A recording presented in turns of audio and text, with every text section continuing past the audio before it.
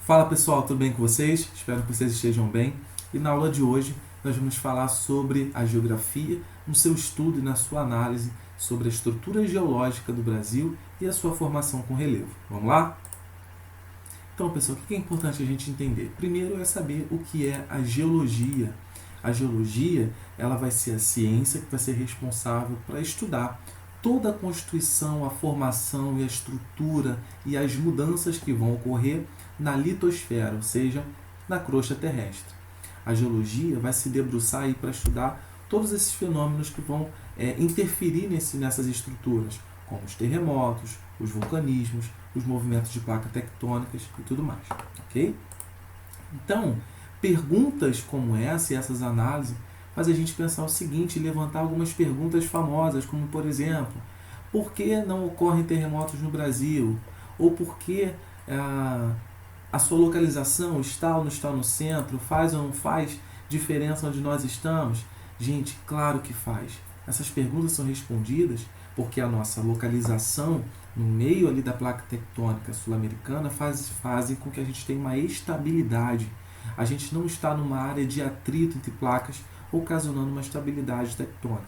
É claro que essas atividades elas continuam ocorrendo, porém, como nós não estamos em local de atrito, nós estamos numa zona de divergência da placa africana com a sul-americana, nós não temos essa sensação, nós não sentimos de forma eficaz ou de forma muito sensível todos os tremores ou também essas ações tanto de vulcanismo quanto de terremoto, beleza? Então vamos lá. Gente, a estrutura geológica do Brasil é algo que cai muito para a gente precisa dominar, saber e entender onde elas estão e o que elas são. Então, a estrutura geológica de um lugar, no caso do Brasil, ou de onde a gente estiver analisando, vai se debruçar em quê? Em saber qual é o material, qual é a estrutura que vai estar, tanto no seu solo como no seu subsolo. A estrutura geológica brasileira vai se ter três categorias muito específicas. Ela vai ter três grupos, que vão ser aí os dobramentos antigos ou as cadeias orogênicas, as bacias sedimentares e os crátons ou os escudos cristalinos. Essa imagem que está aí para você está mostrando como que é essa divisão sobre o território brasileiro. A gente vai entender melhor cada uma delas. Vamos lá? Então é o seguinte, essa estrutura geológica brasileira vai estar relacionada com três aspectos muito específicos. Os dobramentos antigos ou as cadeias orogênicas, elas vão estar aí sendo resultantes do erguimento lento e horizontal. Elas vão ser muito antigas. Antigas ao ponto de serem da era pré-cambriana, nos períodos aí arqueozoico e no período proterozoico. Gente, para eu ter um relevo, uma estrutura geológica com essa idade, isso me faz saber o seguinte, ele é muito antigo, ele é muito velho.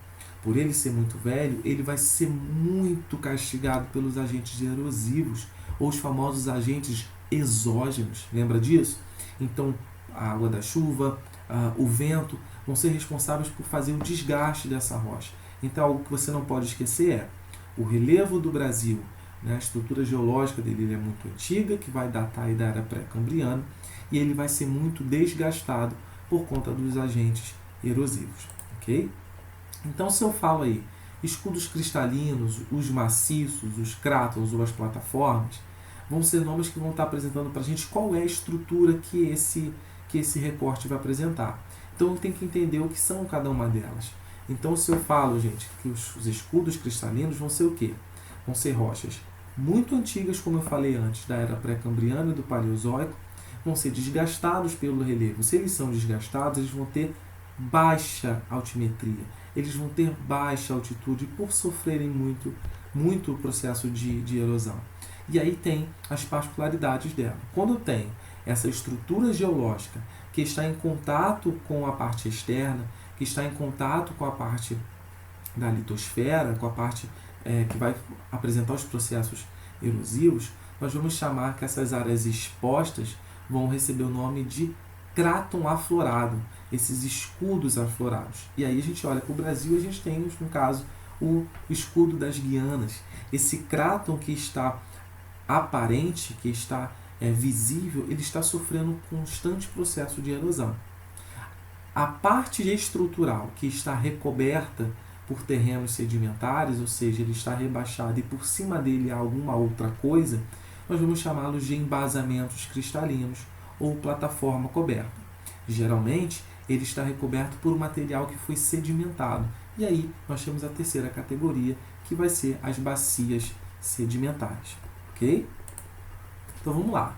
A estrutura geológica do Brasil. Gente, se a gente começar a falar das bacias sedimentares, elas são as mais novas, elas são as mais recentes.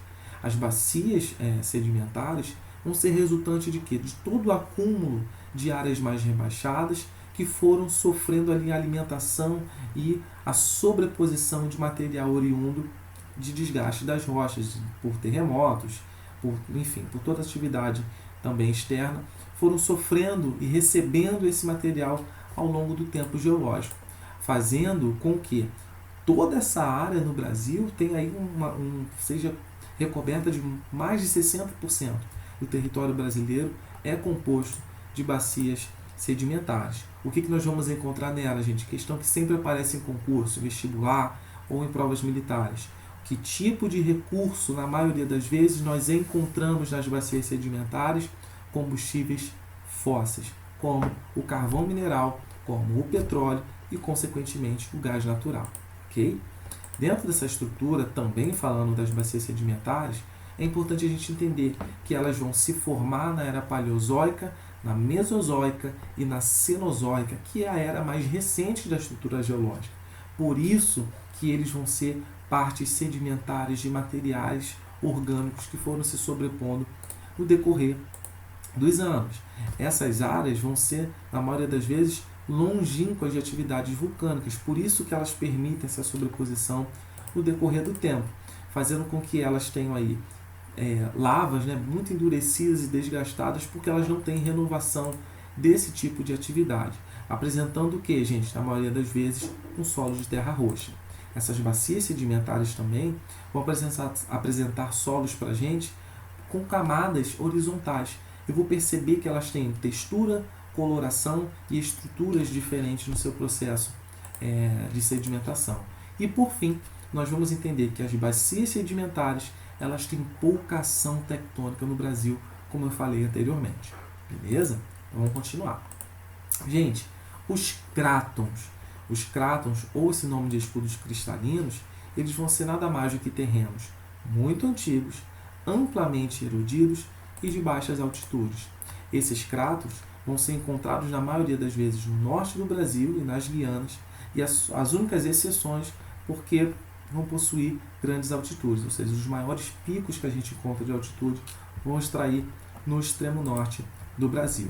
E aí, levanta para a gente uma situação muito importante, que é entender que essas reservas vão levantar para a gente alta capacidade de produção de minerais. Então eu tenho grandes jazidas no Brasil com essa produção. Eu tenho o escudo guiano no extremo norte do Brasil, lá na Serra do Navio, que vai apresentar reservas de manganês. Eu tenho o escudo brasileiro com ferro, manganês, estanho. Eu tenho o escudo Araguaia e Tocantins, lá no estado de Goiás, com alta concentração de níquel, a famosa Niquelândia. A gente tem o escudo Atlântico, que vai apresentar para a gente jazidas de ferro, de chumbo, também de manganês. Nós temos o núcleo Bolívio Mato-Grossense, lá no Mato Grosso do Sul, com ferro e manganês. Nós vamos ter o núcleo Sul Rio-Grandense, com atividades de concentração muito grande de cobre, fazendo com que o Brasil tenha essa reserva muito grande de recursos minerais que são usados na maioria das vezes para exportação, principalmente minério de ferro, e também para alimentar a sua indústria interna. A estrutura geológica do Brasil, gente, como eu falei dos crátons, aqui está um resumozinho do que vai acontecer sobre a estrutura dos crátons, que são os mais antigos. Eu tenho a era pré-cambriana, vão estar tanto nos períodos arqueozoico, proterozoico. Eu tenho 36 mais ou menos % do território sobre os crátons. 32% vão ser formados no período arqueozoico e 4% do território no proterozoico. Ok? Dentro dessa estrutura geológica, os crátons vão ser classificados da seguinte maneira. Quando eles são expostos, tudo aquilo que eu falei antes, quando eles são expostos à superfície, são chamados de escudos. Quando eles estão recobertos por estruturas sedimentares, são chamados de embasamento cristalino. Por fim, pessoal, o que tem aqui para a gente? uma tabela para você não se perder quando você fala de estrutura geológica. Estrutura geológica, relevo e era geológica. Estrutura geológica são os maciços, os escudos cristalinos, as bacias sedimentares recentes, né? Ou os dobramentos modernos ou recentes. Relevos. Que tipo de relevo eu posso encontrar numa estrutura geológica de maciço? Os planaltos. Quando que vai acontecer? No pré-cambriano. Estrutura geológica de bacias sedimentares antigas. Que tipo de relevo a gente pode encontrar às vezes? Um planalto sedimentar. Qual é a era geológica? No Paleomesozoico. Bacias sedimentares recentes. Que tipo de relevo a gente vai encontrar? As planícies. Em que período geológico? No período Cenozoico, que é mais recente. Dobramentos modernos ou mais recentes são as montanhas, que vão ser encontradas aonde? No Cenozoico. Lembrando que os dobramentos modernos não existem no Brasil. Nós não temos os dobramentos modernos, tanto que são os dobramentos antigos ou as cadeias orogênicas, como eu falei para vocês. Ok? Pessoal, é isso.